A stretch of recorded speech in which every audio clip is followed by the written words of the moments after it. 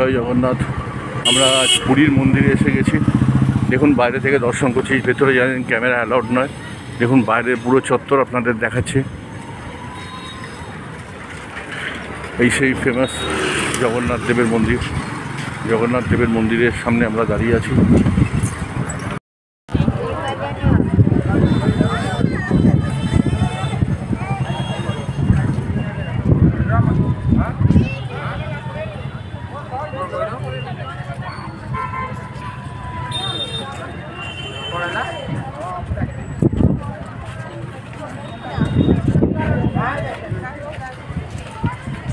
Joy Jagannath.